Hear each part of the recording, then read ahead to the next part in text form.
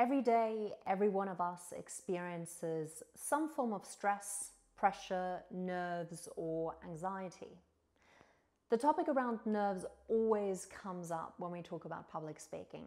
After all, a recent study released that public speaking is the most common phobia ahead of death, spiders, or heights. That's incredible, right?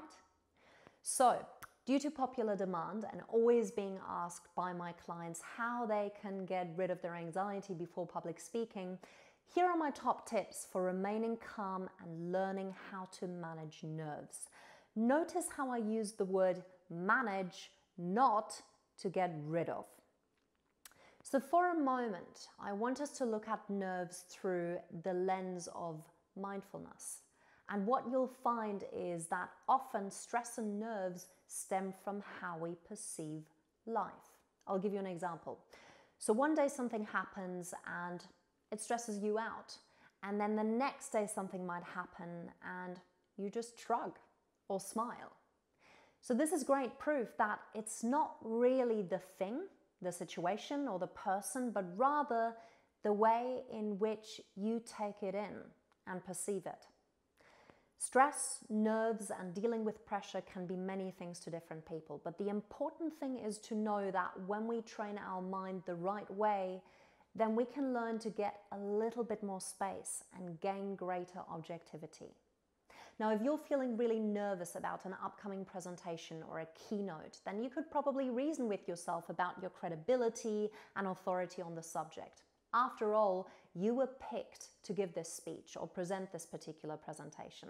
You wouldn't be asked to do it if you were incompetent or not qualified.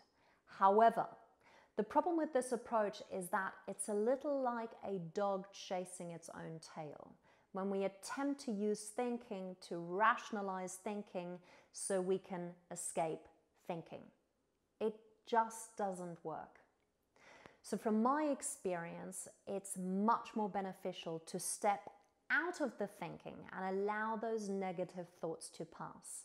This way we can move from the intellect, the thinking mind, and we tune into the sensations of the body.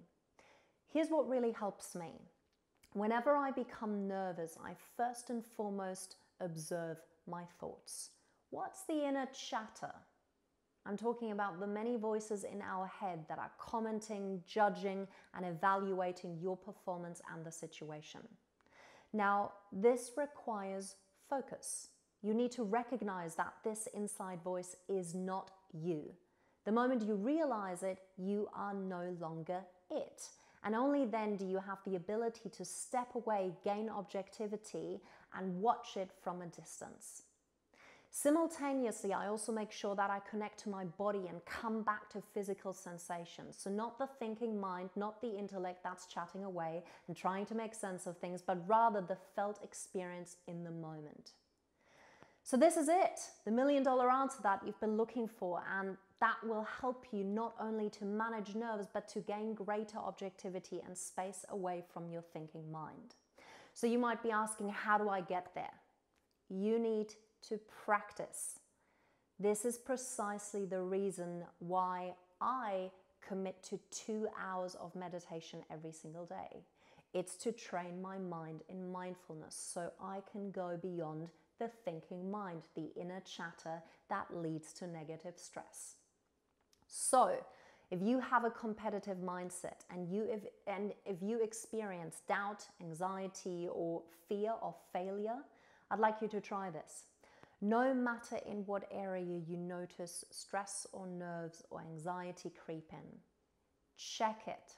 Become aware of the temptation to engage with it, to get lost in it, and instead come back to what's arising in the body. Feel into it. You know, I recently asked one of my clients if she could tell me the difference in the sensations that arise when she experiences excitement or nerves. She couldn't give me an answer. So how do you know that you're nervous? Where do you feel it? Don't tell me you know because it's what your mind is interpreting as nerves. See if you can get really curious and identify the felt experience between excitement and nerves. So next time this happens, notice the level of resistance with that awareness, and you'll find that resistance decreases, and with that comes that feeling of less stress and more space. If you'd like to gain greater control of nerves and be fully equipped for those moments where you have to speak off the cuff, give a keynote, hold a presentation, then get in touch with me via LinkedIn or send me an email to chloe@coconsultancy.com.au. I'd love to hear from you and discuss how I might be able to help.